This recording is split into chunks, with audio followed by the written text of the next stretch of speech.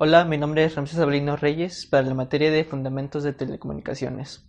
En esta ocasión me toca exponer lo que es un medio de transmisión. ¿Y qué es un medio de transmisión? Pues el medio de transmisión constituye el canal que permite la transmisión de información entre dos terminales en un sistema de transmisión. A veces el canal es un medio físico y en otras no, ya que hay razones electromagnéticas que son susceptibles por el vacío. Entre las características más importantes de los medios de transmisión se encuentra la velocidad de transmisión, la distorsión que se introduce en el mensaje y el ancho de banda. Los medios de transmisión de red es el cobre, la fibra óptica y los medios inalámbricos. En esta ocasión vamos a ver estos tres ejemplos, ¿ok? ¿Qué es un medio de transmisión guiado? Pues los medios de transmisiones guiados están constituidos por un cable que se encarga de la confección de las señales de un extremo al otro. Las principales características de los medios guiados son el tipo de conductor utilizado, la velocidad máxima de transmisión, las distancias máximas que puede ofrecer entre repartidores, entre otras cosas. Vamos a ver el medio de transmisión de par trenzado, que es un medio de transmisión guiado. El par trenzado consiste en un par de hilos de cobre, prácticamente conductores que están cruzados entre sí, con el objetivo de reducir ruido de la diafonía. Existen dos tipos de par trenzado, el protegido y el no protegido, o mejor dicho, el STP o el UTP. Para conectar el cable UTP a los distintos dispositivos de red se utilizan unos conectores especiales que se llaman RJ45. Ahora vamos a ver lo que es el cable coaxial, que es otro medio guiado. Este se compone de un hilo conductor llamado núcleo y una malla externa separados por el bielectro o aislante. El cable coaxial es el medio de transmisión más versátil, por lo que está utilizado cada vez más en gran variedad de aplicaciones. Se utilizan para transmitir señales analógicas como digitales. El cable coaxial tiene una respuesta de frecuencia superior a la del par trenzado. Las aplicaciones más importantes de este tipo de medio guiado es la distribución de televisión, telefonía a larga distancia, conexión con periféricos a corta distancia o redes de área local. Por último, como medio de transmisión guiado tenemos la fibra óptica, en el cual vemos que la fibra óptica es un medio de transmisión empleado actualmente en redes de datos. Es un hilo muy fino de material transparente, vidrio o materiales plásticos por el cual se envían pulsos de luz que representan los datos a transmitir. El haz de luz queda completamente confinado y se propaga por el exterior de la fibra con un ángulo de reflexión por encima del ángulo límite de reflexión total. Las fibras se utilizan ampliamente en telecomunicaciones, ya que permiten enviar gran cantidad de datos a una gran distancia, con velocidades similares a las del radio o de un cable. La fibra óptica es una guía de ondas bieléctricas que opera de frecuencias ópticas. Las ventajas de la fibra óptica es que tiene un peso, tiene un paso de ancha muy alta y permite el mayor flujo de datos. Tiene gran flexibilidad, gran ligereza, inmunidad total a las perturbaciones de origen electromagnéticos y tiene una gran seguridad en cuanto a la obstrucción de ruidos, ¿sí?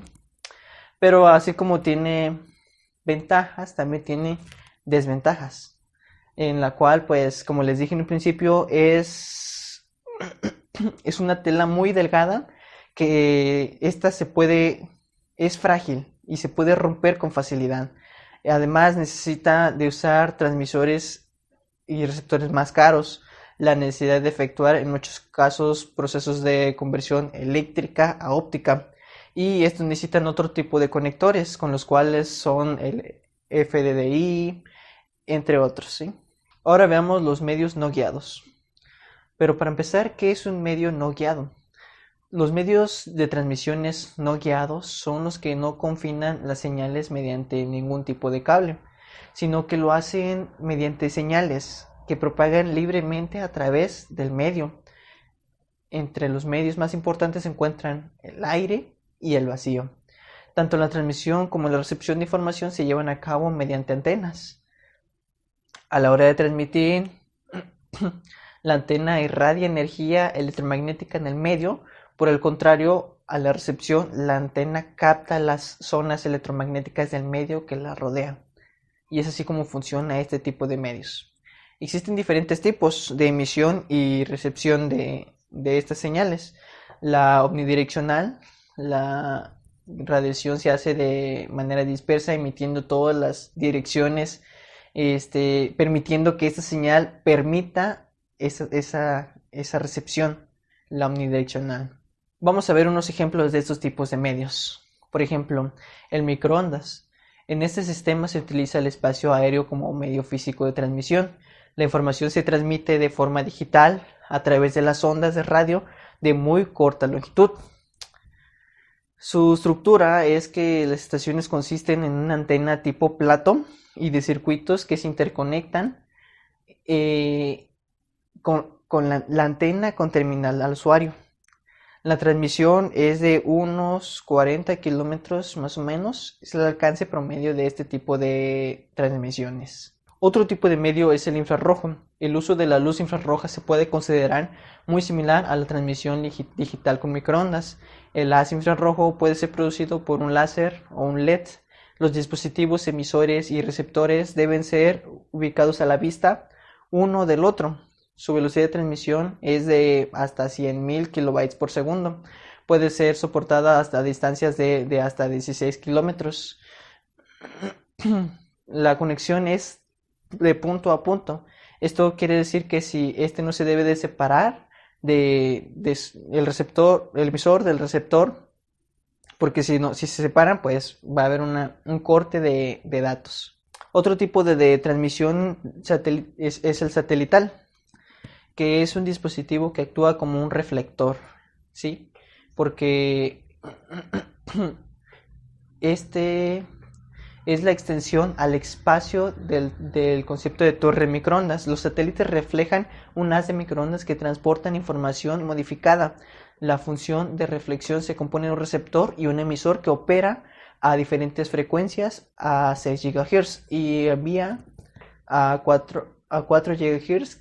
Es un ejemplo, de 6 a 4 GHz. Otro tipo de medio es la radiofrecuencia, que son las antenas. Después de que un transmisor genere una señal RF, debe de haber algún método de radiación, de radiar esta señal al espacio, y debe haber otro método para que un receptor intercepte o capte la señal. Una antena convierte las corrientes de ondas electromagnéticas para su transmisión y justamente hace lo contrario para su recepción. Otro tipo de medios son las ondas de tierra. La onda de tierra es una onda de radio que viaja a lo largo de la superficie de la Tierra, en las bandas de baja frecuencia y también en las de frecuencia media.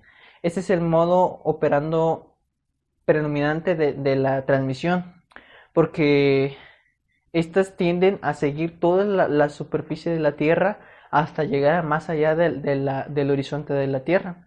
Pero estas señales a veces son absorbidas por la Tierra misma, por las irregularidades terrestres, porque hay montañas, valles, bosques, todo eso interfiere en esta señal y vaya bajando esta intensidad de las señales. Y así que estos son los medios de transmisión guiados y no guiados. Muchas gracias por su atención. Hola, muy buenas tardes, soy Armando y este es el tema de métodos para la detección y corrección de errores. Dentro de las matemáticas, la computación y la teoría de información, la detección y corrección de errores es una importante práctica para el mantenimiento y seguridad de datos.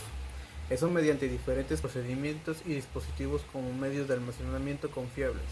Podemos encontrar una comunicación de varias computadoras, se produce continuamente un movimiento de datos que generalmente son canales no diseñados para este propósito y que introducen un ruido externo y que produce errores en la transmisión. Los datos cuya utilidad radica en su integridad y su confidencialidad están sujetos a dos tipos de amenazas, los cuales son errores y acciones no autorizadas. En errores tenemos dos tipos, que es error de bit y error de ráfaga. Un error de bit altera el significado del dato, son el tipo de error menos probable en una transmisión de datos serie, puesto que el intervalo de bit es muy breve a una sobrefrecuencia, el ruido tiene que tener una duración breve. El significa que dos o más bits de una unidad de datos ha cambiado. Los errores de ráfaga no significan necesariamente que los errores se produzcan en bits consecutivos. Acciones no autorizadas.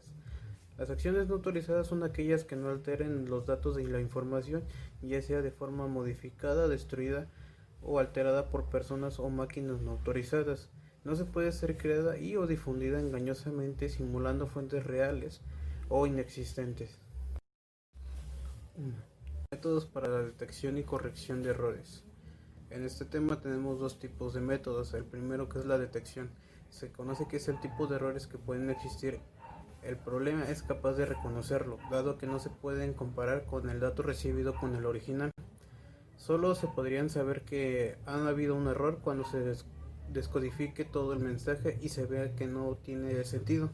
La redundancia. La redundancia significa transmitir cada carácter 2 o 3 veces, o si se emplea el nivel de mensaje. Repetir el mensaje 2 o 3 veces. En caso que las versiones difieran, habrá un error de errores. En el siguiente tema es verificación de redundancia vertical, longitudinal y cíclica. La verificación de redundancia vertical, o más bien conocida VRC, el VRC se denomina a menudo verificación paridad y se basa en añadir un bit de redundancia denominado bit de paridad al final de cada unidad de datos, de forma que el número total de unos de la unidad, incluyendo el bit de paridad, sea par o impar en el caso de verificación de paridad impar. Verificación de redundancia longitudinal, o conocido LRC. En esta técnica los bloques de bits se organizan en formas de tabla, filas y columnas. A continuación se le calcula un bit de paridad por cada columna que se crea y una nueva fila de bits que será los bits paridad de todo el bloque. A continuación se añaden los bits de paridad al dato y se envían al receptor. Verificación de redundancia cíclica o CRC. La técnica CRC se basa en la división binaria. En esta técnica se añaden bits redundantes en la unidad de datos, de forma que todo el conjunto sea divisible exactamente por un número binario determinado. En el distinto de los datos recibidos son divididos por el mismo número. Si en ese caso no hay resto de la operación, el dato es aceptado. Si apareciera el resto de la división, el dato le entendería que se ha corrompido y se rechazaría. Problema a resolver con el control de flujo de datos o de gestión de que una entidad emisora no sobrecargue la otra receptora de datos. Esto puede suceder cuando la memoria reservada buffer o la recepción se desborda. El control de flujo no emplea en el principio la existencia de errores de transmisión. Sin embargo, a menudo se integran con el control de errores que se verán más adelante. Existen dos formas diferentes de hacer control de flujo por hardware y control de flujo por software. El asentamiento. Un protocolo capaz de controlar la gestión muy simple de conocidos como de parada y espera o términos formales se conoce como asentamiento. Únicamente para enviar o desbordar el receptor o el emisor enviará una trama y esperaría el acuso recibido antes de enviar lo siguiente. Este procedimiento resulta adecuado, ya que hay que enviar pocas tramas de gran tamaño. Sin embargo, la información suele transmitirse de forma de tramas cortas debido a su posibilidad de errores. La capacidad del buffer limita la necesidad de algunos casos de compartir el medio. Ventanas deslizantes. Un mecanismo más sofisticado y muy empleado es la de ventana deslizante. La ventana determina cuántos mensajes pueden estar pendientes de confirmación y su tamaño. Se ajusta la capacidad del buffer del receptor para almacenar tramas. El tamaño máximo de la ventana está además limitado por el tamaño de número de secuencias que se utiliza para numerar las tramas. El control de flujo por hardware. Consiste en utilizar líneas dispuestas para ese fin, como las que se tienen en la conexión RS-232-C. Este método de control de flujo de transmisión utiliza líneas puertos series para parar o reanudar el flujo de datos, y por lo que el cable de reanudar el flujo de datos de las comunicaciones, además de las tres líneas fundamentales de la conexión serie, emisión, receptor y masa, ha de llevar algún hilo más para transmitir las señales de control. En el caso más sencillo es el de la comunicación que sea un solo sentido y el control de flujo por software. La otra forma de control de flujo consiste en enviar a través de una línea de comunicación caracteres de control o información en las tramas que indican otro dispositivo en el estado del receptor. Utiliza de un control de software de transmisión, permite una mayor versatilidad del protocolo y comunicación.